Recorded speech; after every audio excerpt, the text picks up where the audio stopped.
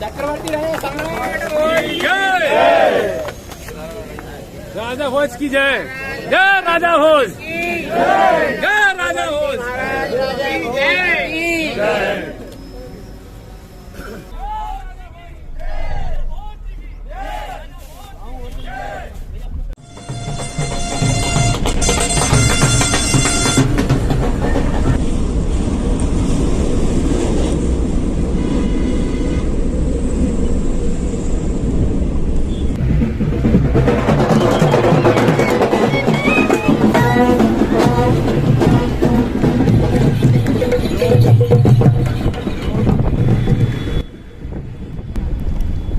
दोस्तों, आज बसंत पंचमी है।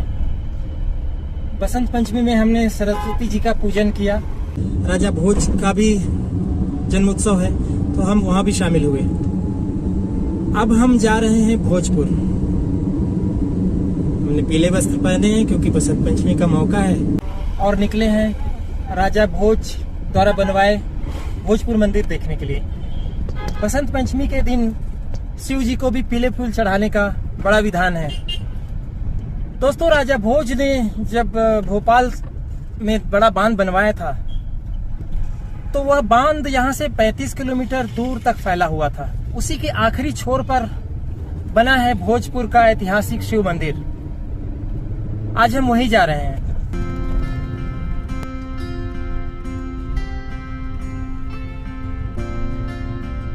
दोस्तों, परमार राजा भोज ने वर्तमान भोपाल का बड़ा तालाब बनवाया था, तब वह बड़ा बांधनुमा था। वह बांध भोपाल से 35 किलोमीटर दूर तक फैला था।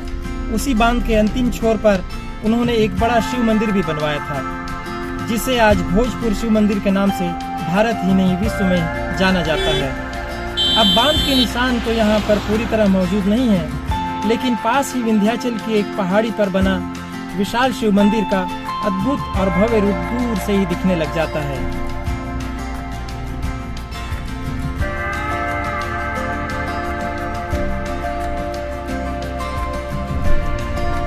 पास से निकलने वाली वेत्रवती यानी बेतवा नदी के किनारे बने इस विशाल शिव मंदिर को राजा भोज ने 11वीं सदी में बनवाया था। चाय का पैसा लगता है भैया? ग्राम पंचायत विकास कर का है सर। ग्राम पंचायत विकास कर, भोजपुर ग्राम पंचायत का। चलो, आज कितनी भीड़ है बसंत पंचमी पे? हाँ, आज इतनी भीड़ है, कल इससे ज्यादा रहेगी संडे में। अच्छा अच्छा।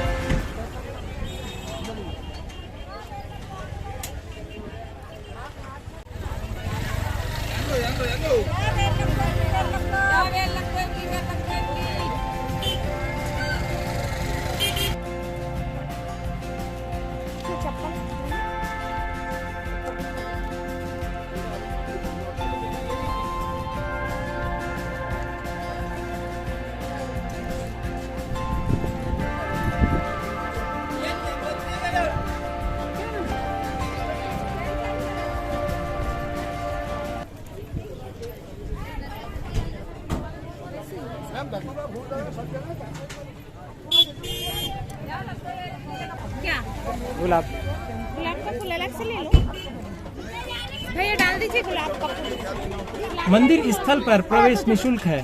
यहाँ शिवरात्रि और सावन के दिनों में जन सैलाब उमड़ जाता है।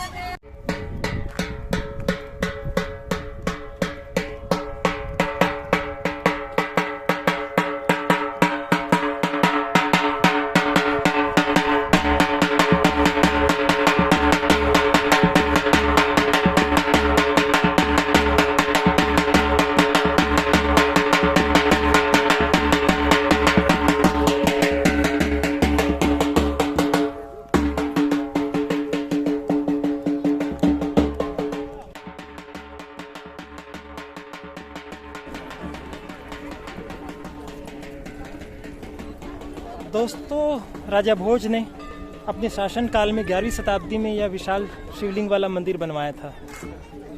राजा भोज कला संस्कृति के पोषक थे, लेकिन धार्मिक प्रवृत्ति के भी थे। बोलिए शंकर भगवान की। पुरातत्व विभाग के शिलालेख के अनुसार इस अनूठे किंतु अपूर्ण शिव मंदिर का निर्माण परमार वंश के राजा भोज ने 10वीं ईस्वी से 1055 के अपने शासन काल के दौरान करवाया था। राजा भोज कला एवं विद्या के महान संरक्षक थे। कुछ जनश्रुतियों और किंवदंतियों में इसका निर्माण पांडव काल का भी माना जाता है, लेकिन सदियों तक अधूरे और खुले छत वाले इस मंदिर को पुरातत्व विभाग ने कई साल की मशक्कत से पूर्ण कर लिया है। भोपाल घूमने बाहर से आए हमारे हर मेहमान को हम भी यहाँ घुमाने लाते हैं। भोपाल से आप भी सड़क मार्ग से आधे घंटे का सफर कर आराम से यहाँ आ सकते हैं। पश्चिम की ओर मुख वाला यह शिवालय रथिकाओं से युक्त एक विस्तृत जगती यानी 115 बाई 82 फीट चौड़े और 13 फीट ऊंचे चबूतरे पर निर्मित है। इन रथिकाओं में विभिन्न देवी देवताओं की मूर्तियां जड़ी थीं। वर्गाकार गर्भगृह का प्रवेश द्वार चंद्रशिला युक्त है, जो 33 फीट ऊंचा है। इससे मंदिर की ऊंचाई का अंदाजा लगाया जा सकता है।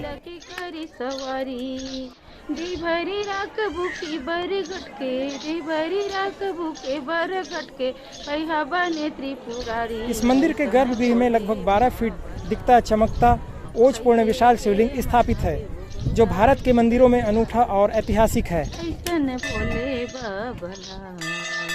ऐसे के मनावे हो गौरा ईसरे राजला जटाऊ पल्ले गंगा बोहाथे जटाऊ पल्ले गंगा बोहाथे काला सांप के मार तुझे के चंदा माथे में सोहे तुझे के चंदा माथे में सोहे हाथे में। बसंत पंचमी की वजह से रश है, तो और तो खाली खाली।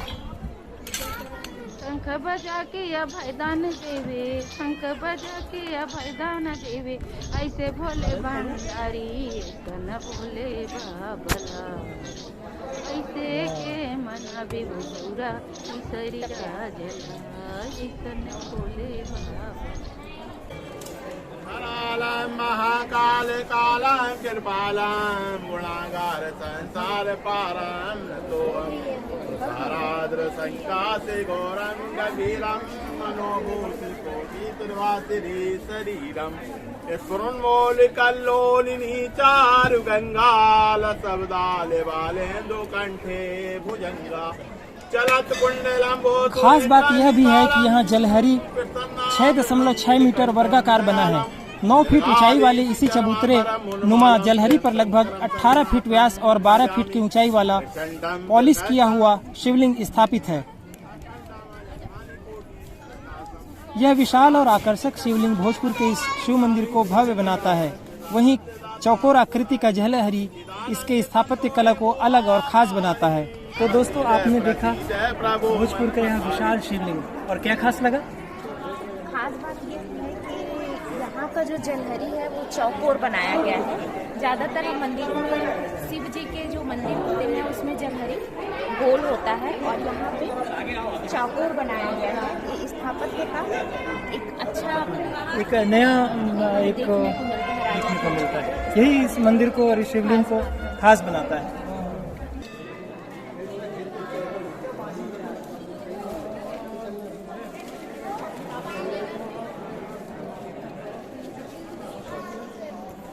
समकेंद्रित वलियों द्वारा निर्मित गर्भगृह का अलंकृत वितान 4 विशाल स्तंभों पर आधारित है। इन प्रत्येक अष्टकोणीय स्तंभों को एक एक सिंगल पत्थर से बनाया गया है, जो इस मंदिर के निर्माण और कारीगरी को बड़ा महत्वपूर्ण बनाता है। इनके सिर्फ फलकों पर शिव पार्वती लक्ष्मी नारायण ब्रह्मा सावित्री एवं राम जानकी का अंकन किया है। मंदिर की छत अंदर से गुंबदनुमा है, जिसे भारत की इमारतों और मंदिर वास्तुकला में गुंबद के प्रचलन की शुरुआती उदाहरण भी माना जाता है। हालांकि इसके खुले रह गए छत को इस मंदिर की पूर्व योजना के अनुसार ही पुरातत्व विभाग ने बाद में बनवा दिया है।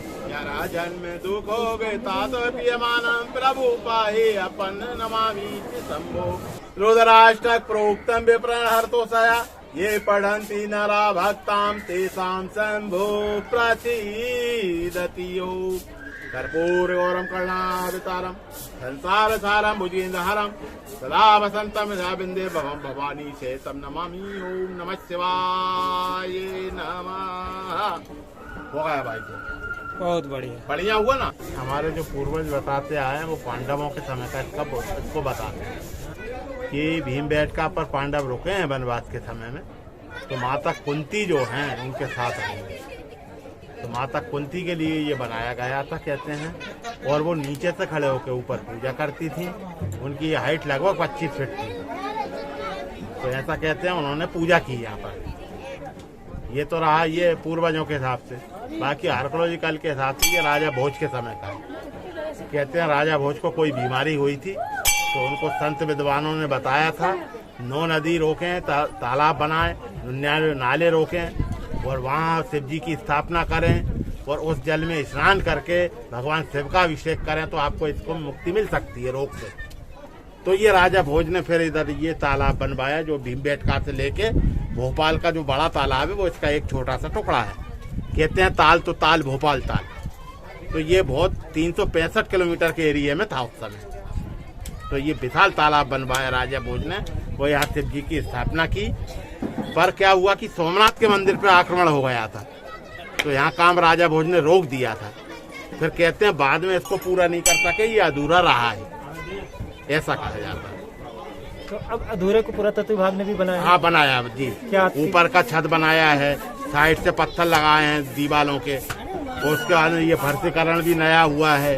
सीढ़ी से लेकर डोम तक का काम किया है आर्कोलॉजिकल ने, बहुत काम किया है। एक पीछे रैंप बना है सामान पत्थर चढ़ाने के लिए, क्या है? रैंप पत्थर चढ़ाए जाते थे उस समय। हाँ? वो रैंप के आधार पर ही तो ये अधूरा बताया जाता है। अच्छा। अगर ये पूरा होता तो रैंप को हटा देते वो। इस मंदिर में 5 बात मुख्य है जो कहीं नहीं मिलेंगी आपको। क्या? विशाल शिवलिंग है 21.5 फीट के, पश्चिम दिशा में गेट है, चौकोर योनि पीठ है, गोल होती है, छोटी हो चाहे बड़ी हो। पश्चिम दिशा में गेट है, जलहरी जिसको बोलते हैं। जलहरी जिसको बोलते हैं। विश्वविख्यात पिलर लगे हुए हैं इसमें, जो कि 25 फीट के सिंगल स्टोन में लगे हुए हैं। इसमें विशाल पिलर कहीं नहीं मिलेंगे, और दीवार में कहीं कोई मसाला नहीं लगाया, पूरा बैलेंस पे काम हुआ है इसका। तो ये विशेष बात है इस मंदिर में। क्या शुभ नाम लिखते हैं पूरा एक बार? मेरा सुरेंद्र गिरी गोस्वामी, शिव मंदिर। कितनी पीढ़ियों से आप लोग? हम लोगों को 19 वे महंत हैं हमारे बड़े भैया महंत पवन गिरी जी गोस्वामी जी। अच्छा लगा, अच्छा बड़ा शिवलिंग है। क्या खास बात? ये बेसिकली क्या है कि 10वीं शताब्दी का मंदिर है, राजा भोज का बनाया हुआ, और इसकी बहुत ज़्यादा मान्यता है हमारे यहाँ। तो हम लोग हर साल में कम से कम 5-7 बार तो आते ही आते हैं। रहने वाले हम लोग राजगढ़ से हैं। मंदिर बहुत पहले भी देखा था, बहुत अच्छा लगता है, सुकून मिलता है। बहुत प्राचीन मंदिर है और बहुत अच्छा लगता है कि बहुत आत्मिक शांति मिलती है। क्या क्या मेरा जन्मदिन है तो मैं अपने बर्थडे के उपलक्ष्य पे दर्शन करने आई थी, तो काफी अच्छा लगा यहाँ आके। मुझे बहुत ही शांति मिली कि बर्थडे पे मैं इनका पहली बाबा बार जी के दर्शन करने आई हूँ। मैं फर्स्ट टाइम यहाँ पर आई हूँ, तो मुझे काफी अच्छा लग रहा है यहाँ आके। तो मैं आप लोग भी अगर आना चाहें तो यहाँ आ सकते हैं, बहुत ही अच्छा मंदिर है। Thank you so much. तो क्या क्या जाना आपने यहाँ मंदिर में आज? और किसने बनवाया, कितना बड़ा शिवलिंग है, क्या क्या जाना आपने? नहीं, इतना नहीं पता। भाई आके देखा है, पहले भी आए हैं यहाँ पे। वह मंदिर की शिवलिंग बड़ा है। चढ़ाते कहाँ? वो तो पहले का जमाने का है, अभी का थोड़ी। जलहरी से पानी निकल के यहाँ से मगर आकृति। मगर क्या आकृति।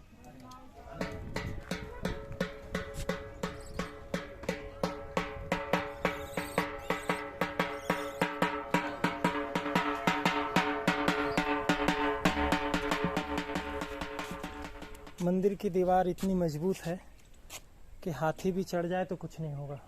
अभी भी दिख भी रहा है, जबकि बिना गारे का जुड़ा हुआ है। एक के ऊपर एक पत्थर को रखा गया है।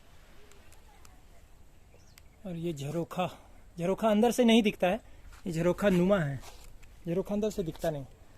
दोस्तों हाथी से याद आया कि इस मंदिर में जो ऊपरी शिखर में जो बड़े पत्थर चढ़ाए गए हैं उसका बड़ा दिलचस्प और रोचक दास्तान है। ये इंजीनियरिंग को उस समय मंदिर या बड़ी इमारत बनाने के लिए कैसे भारी भारी पत्थर, डिज़ाइन किए हुए पत्थर ऊपर चढ़ाए जाते थे। हमारे देश भर में भी ऐसे मंदिर हैं। ये रपटा है, ये रपटा बना था मंदिर बनाने के समय। यहाँ से हाथियों के द्वारा लुढ़का लुढ़का कर, ऐसे कहा जाता है कि बड़े पत्थरों को लाते थे। जो जो मंदिर की दीवार ऊंची होती गई, वैसे ही जैसे जैसे इस मंदिर की दीवार ऊंची होती गई, इस रपटा को और ऊंचा किया जाता गया। और जो भारी पत्थर जो कारीगर नीचे तराशते थे, उसको हाथियों से, घोड़ों से, कहीं कहीं हर तरफ अलग अलग सिस्टम से करते थे, अलग अलग तरीका था। यहाँ पर बोला जाता है कि हाथियों से लुढ़का कर उन भारी पत्थरों को ऐसे लाया जाता था। ये रैंप ऊपर तक था, ये जो गैप आ गया है, ये रैंप ऊपर तक था। उस रहस्य को उजागर करता है कि हम लोग सोचते हैं कि कैसे इतना भारी भारी पत्थर चढ़ाया जाता है, क्योंकि ये मंदिर अधूरा रह गया था ये मंदिर, इसलिए ये रैंप भी वहीं जस का तस बना हुआ है। ये खास बात है। तो ये हम इस रहस्य को इसलिए जान पा रहे हैं।